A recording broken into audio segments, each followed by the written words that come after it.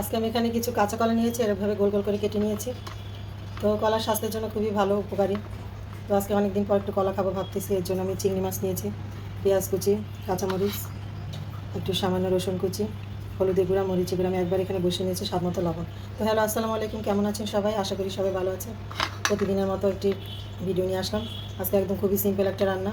কাঁচা কলাটা সবাই রান্না করতে পারে, কিন্তু আমি যেভাবে করি ওটাই আমি দেখানোর জন্য ভিডিওটি করতেছি। তো আপনাদের কাছে শেয়ার করব, আপনারা ভিডিওটি দেখলে বুঝতে পারবেন। তো কথা না বাড়িয়ে ভিডিওটি শুরু করা যাক। এতে তেল গরম করে নিয়েছি, এখন এখানে আমি পেঁয়াজ কুচি দিয়ে দিলাম আর রসুন কুচি দিয়ে দিলাম এবং কয়েকটা কাঁচামরিচ দিয়ে দিলাম। এটা আমি একটু ভালো করে নাড়াচাড়া করে একটু হালকা বাদামি কালার করে নেব। আমি কয়েকটা চিংড়ি মাছ দিয়ে দিলাম, এটা আমি একটু হালকা লাল করে ভেজে নেব পেঁয়াজের সাথে।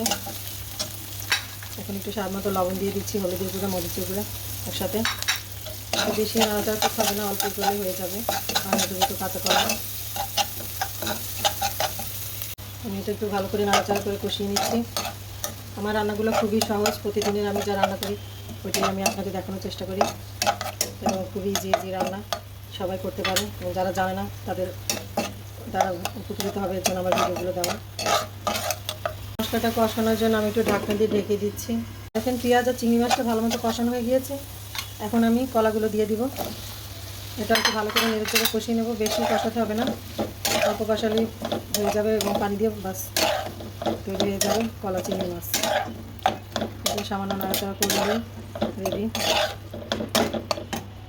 পানি দিয়ে দিচ্ছি।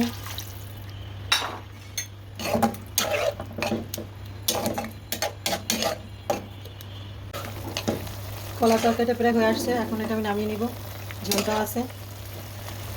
আমার কলা তরকারিটা রেডি। চিংড়ি মাছ দিয়ে আমি একটু ধনিয়া পাতা দিয়ে দিয়েছি।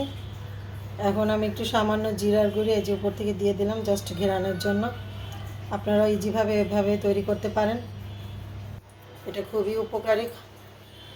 আর আমার ভিডিওটি যদি ভালো লেগে থাকে তো লাইক, কমেন্ট ও শেয়ার করতে পারেন। সবাই ভালো থাকবেন। আল্লাহ হাফেজ।